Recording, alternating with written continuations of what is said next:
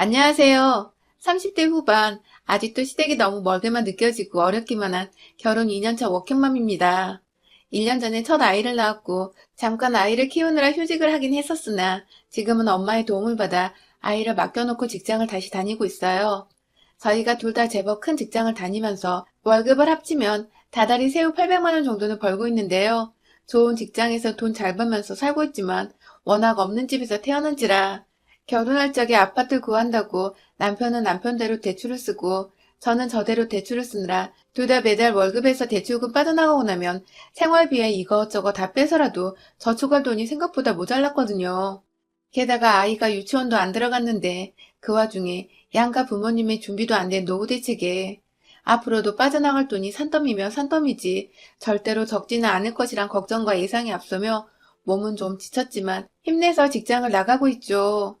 남편은 저보다 2살 연상의 남자인데요. 저희 두 사람 모두 결혼을 굉장히 늦게 한 편이었어요. 결혼을 하겠다고 마음을 먹고 나서 보니 서로의 나이가 있기도 했고 워낙 양가 부모님들이 돈이 부족한 분들이셔서 저희 결혼할 적에 부모님의 도움을 아무것도 받지 않고서 결혼을 했어요.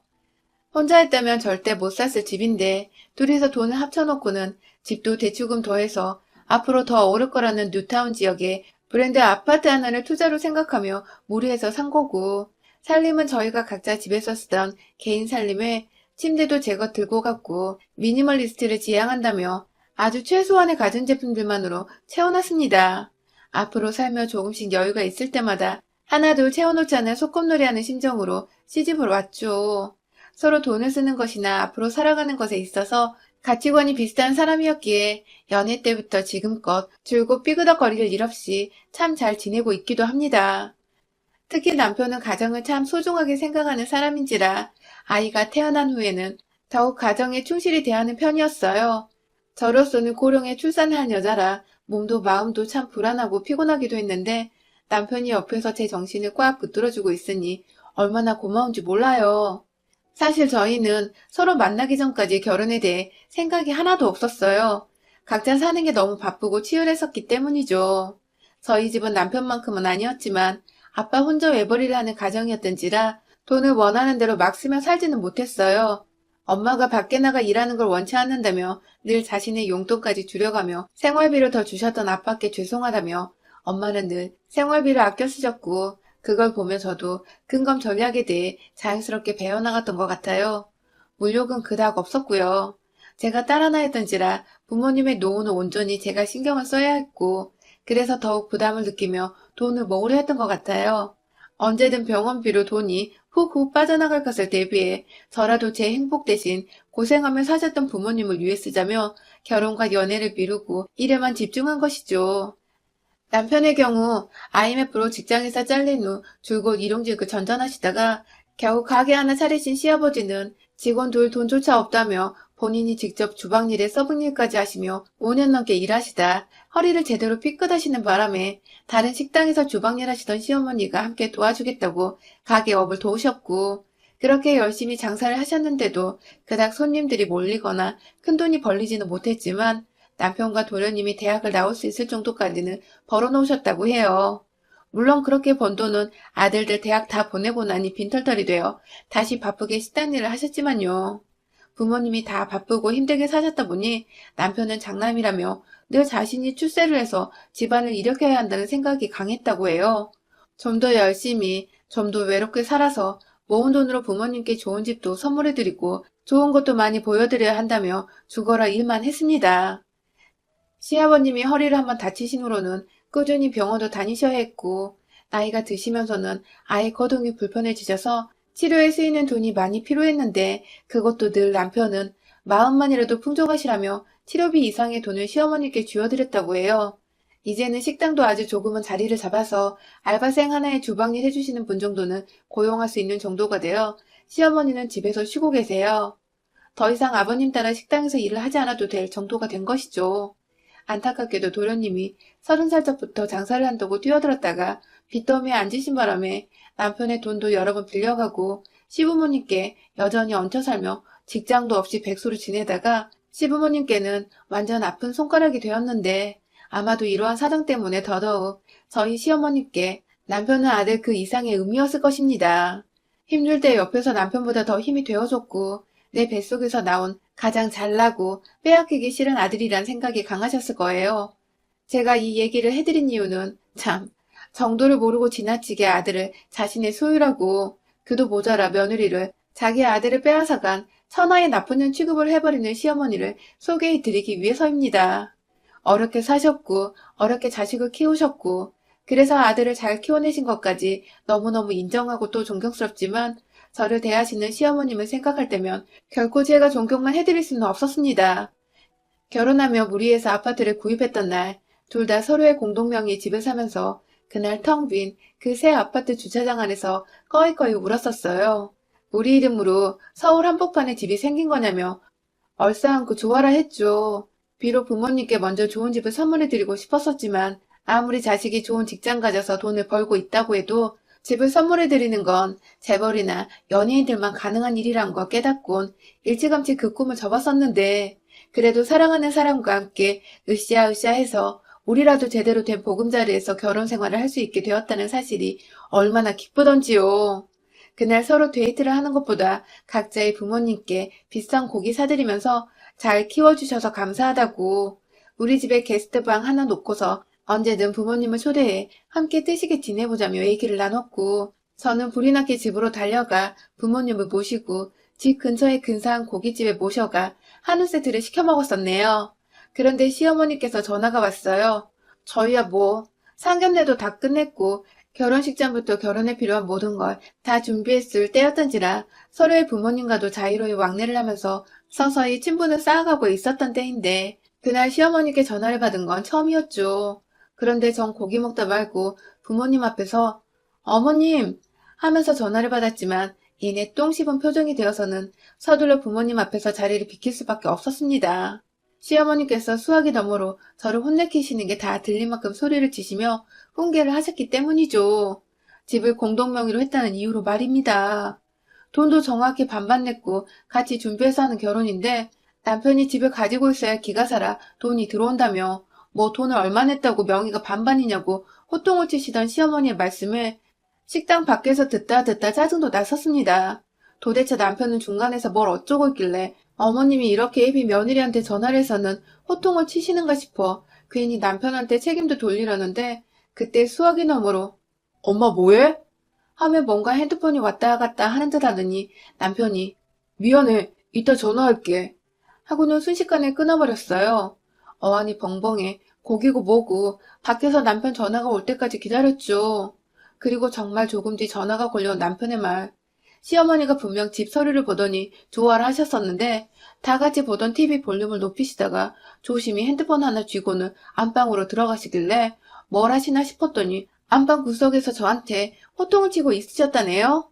뭐 황당했어요. 기분 나쁜 건 둘째치고 남편한테 반반 결혼인데도 공동명의가 불만이시냐고 물어보니 나이가 드신 분이라 생각이 옛날 분이시라고 미안하다고만 하는데 내가 절대로 만만치만은 않은 시어머니를 두는 결혼을 하는구나 하면서 처음으로 이 결혼에 대한 불확신이 스멀스멀 올라오기까지 했죠.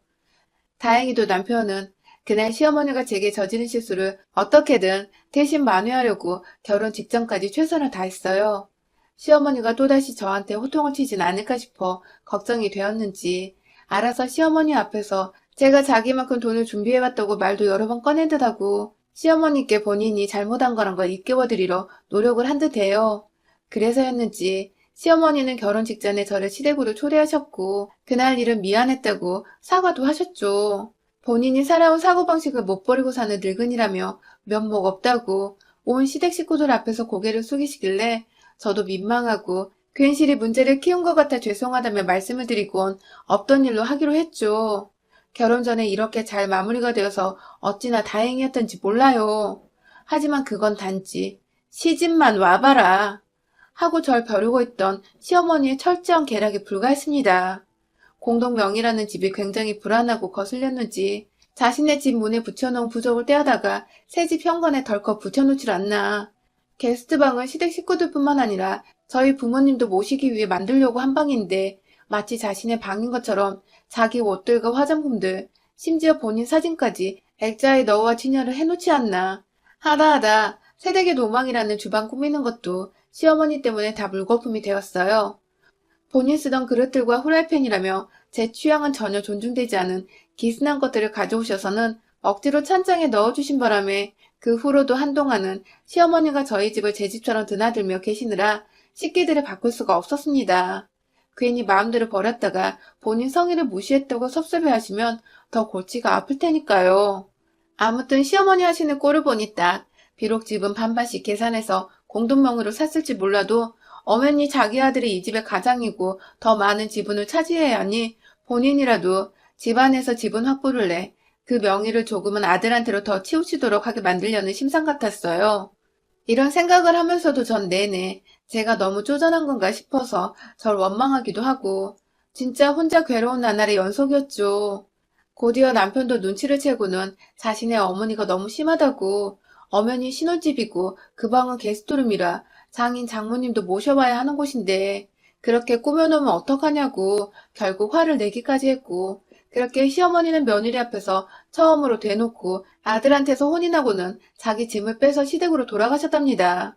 떠나는 어머님 뒤로 어머님 자주 초대해드릴게요 하면서 너무 기분 나쁘게만 생각하지 마시라고 말씀을 드렸는데도 시어머님은 자신을 혼낸 자기의 아들은 아무렇지 않게 대하면서 옆에 있던 저한테는 섭섭하고 화난다는 티를 팍팍 내시며 가시더라고요.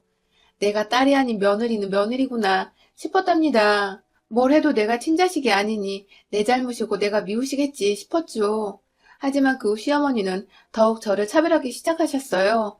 집안에 돈을 잘 쥐어주고 정성을 쏟았던 큰아들이 결혼한 것도 모자라 제가 곧 아이도 가지게 되고 급기야 출산을 하면 준비해야 할 것도 많고 돈 쓸 게 많아 생활비를 조금 줄여 보낸 것 같은데 그걸 제가 종용했다고 오해를 하시면서 제게 불만을 표출하시기 시작한 겁니다.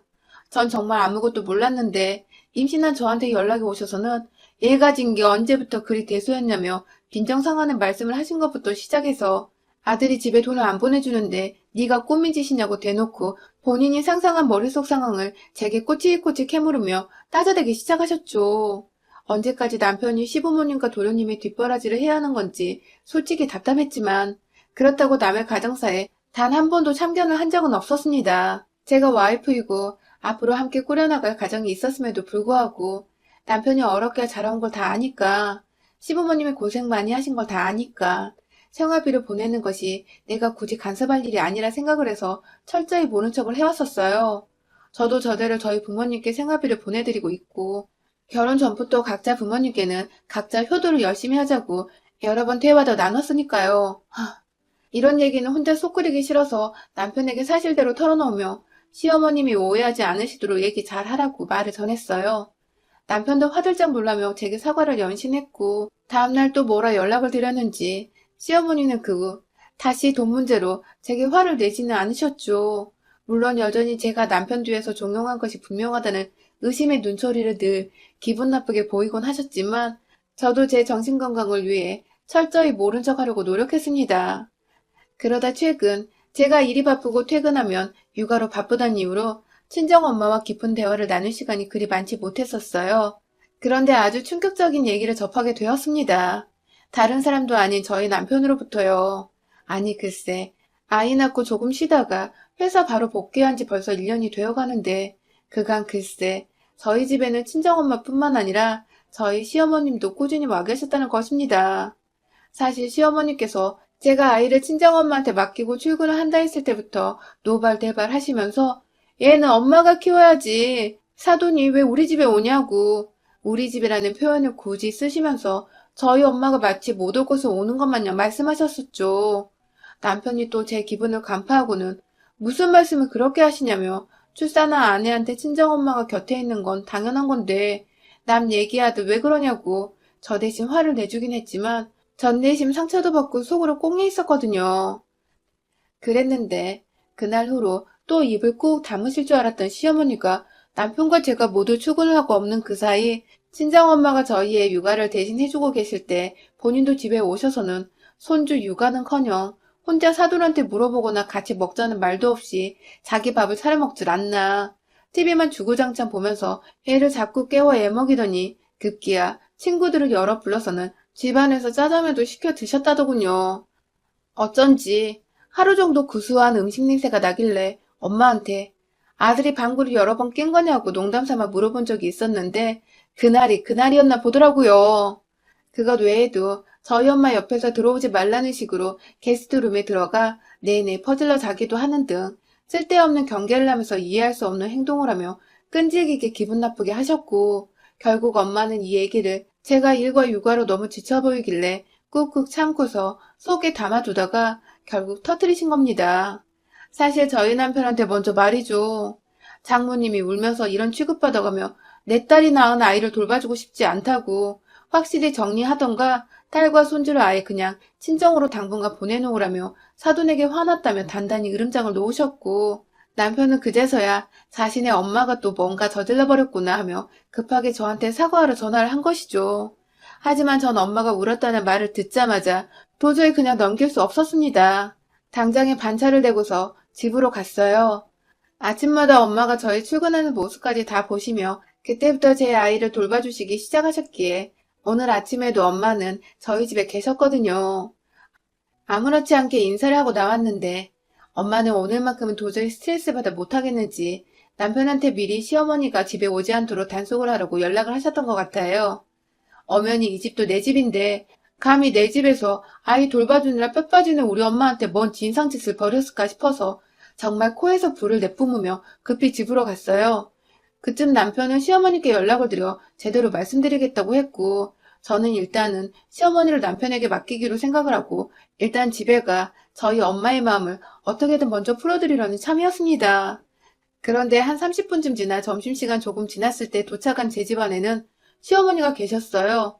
글쎄 오른쪽 부엌에서는 저희 엄마가 너무 심하게 울고 있는 아이를 달래보겠다고 막 진땀을 흘리시며 안고 계신데 왼쪽 TV 맞은편 소파 위에 있던 시어머니는 뭐가 그리 웃겨 죽겠는 건지 서로의 뺨을 때리고 있는 드라마 속 여배우들을 보며 재밌다고 박장대소를 하고 계신 겁니다. 한숨 푹 쉬다가 누가 배를 누르고 들어오니 현관 바로 앞에 서 계시던 엄마는 놀래 눈만 껌뻑거리고 계셨고 TV 소리에 본인 쳐오는 소리에 그걸 미처 못 들은 시어머니는 그 공간에 여전히 사돈과 본인 그리고 손주 셋뿐인 줄 알고 개 망나니 마냥 하던 짓을 그대로 하고 계셨던 거죠. 뭐 그냥 힘들어서 누워 TV를 볼 수는 있었습니다. 하지만 이내 입 밖으로 나온 시어머니의 말이 절 더 열받게 만들었어요. 글쎄 누워있는 그 자세로 발 하나를 까딱거리더니 테이블 위를 가리키며 시어머니가 한다는 말이 사돈, 나 리모컨 좀 줘봐. 라는 겁니다. 아, 나 이게 하다하다. 이젠 돈 벌러 일 나간 며느리 대신에 애봐주고 있는 사돈한테 코앞에 있는 리모컨은 달라고 발가락 하나만 까딱거리다니 이게 진짜 대가리에 총을 맞았나 싶더군요. 그 말 끝나자마자 제가 신고 있던 슬리퍼를 누워있는 시어머니한테 냅다 던졌어요. 이 할망구가 어따 대고 심부름질이야? 남의 집에서! 하면서 머리채를 잡고 일으켜 세워서는 그 앞에 있던 리모컨 앞으로 시어머니를 데려갔죠. 네 손으로 집어! 하면서 머리채를 몇 번 휘두르니 그제서야 지 몸통에 손이 몇 개 달려있는지 자각했는지 알겠다 얘야 하면서 리모컨을 집은 시어머니. 엄마는 옆에서 딸한테 저런 모습이 있었나 싶어 놀래 죽으려는데 또 속이 통쾌해 죽겠는지 뚫어져라 저희 두 사람을 지켜보고 계셨고 저는 그런 시어머니의 머리채를 그대로 잡고서는 현관으로 끌고 갔어요. 신어! 이 한마디에 자기 신발을 알아서 신은 시어머니는 그렇게 한겨울에 본인 외투도 못 챙기고 집 밖으로 며느리 손에 쫓겨나셨습니다. 네 아들 집 아니다 여기? 내 돈 반 섞인 우리 집이다? 내 허락 없이 함부로 우리 집에 들어오기만 해봐 아주 확! 하면서 현관에서 침 한 번 퇴 뱉고는 문을 쾅 닫았습니다. 애는 더 신랄하게 울어대는데 엄마는 그 와중에 수고했다며 내가 딸 하나는 앞가림 잘하게 키워놨다고 저를 토닥토닥 해주시더라고요. 남편은 그 와중에 꾸준히 시어머니께 전화통화를 시도했으나 이미 우리 집에 오신 바람에 전화를 받지 않으시던 시어머니가 불안하여 저를 따라 반차 내고 집에 왔다가 이미 며느리 손에 봉편당하고 집안에서 쫓겨나 계신 자기 엄마를 보고는 도무지 말이 안 나왔는지 엄마, 도대체 왜 이러는 거야? 하면서 뒤늦게야 밖에서 남편이 시어머니를 붙잡고 원망하고 괴로워하는 탄성이 들려왔어요. 그걸 보니 남편이 불쌍하다고 저희 엄마는 시엄마 외투를 챙겨서는 문을 열고 시어머니께 안겨드렸고 또 그걸 본 남편은 장모님 정말 죄송합니다만 반복하면서 연신 사과의 고개를 숙였고요. 시어머니는 자기 아들이 자기 편이 아닌 것에 속상해 죽겠는데 그 뒤에서 자신을 경멸하듯 노려보고 있는 며느리한테 제대로 쪼르셨는지 미안합니다 하면서 아들 따라 고개를 숙였다 올리기 반복하고 아주 집 앞에서 머리 긴 스님들이 서로 불경들인 줄 알았다니까요. 아무튼 그날 후 시어머니는 정말 저희 집으로 코빼기도 보이질 않고 계세요. 물론 저는 매일같이 친정엄마한테 또 시어머니가 오진 않았나 확인 전화를 드리고 있는데 정말 그날 저한테 머리채 제대로 잡혀서는 충격을 받으셨는지 소식 하나 없이 잠잠합니다. 덕분에 엄마도 차분하고 마음 편한 환경에서 힘드실 텐데도 즐겁게 제 아이를 돌봐주고 계시고요. 도대체 시어머니들은 참 좋은 엄마였다가도 아들이 결혼하고 나면 왜 그리 치사하고 샘내는 걸 주체하지 못해 구질구질한 진상짓을 벌이는 건지 모르겠네요. 지독한 시어머니를 신혼초부터 겪어내며 그리고 결국 제 손으로 직접 제 인생에서 영구제명시켜버리며 제대로 인생교훈을 얻어갑니다. 제 아들한테만큼은 그리고 제 아들의 미래의 며느리에게만큼은 절대로 우리 시어머니처럼 무식하고 무대뽀에 인정 없는 시어머니가 되지 말아야겠다고 말입니다. 여러분의 생각은 댓글로 남겨주세요. 오늘도 시청해주셔서 정말 감사합니다.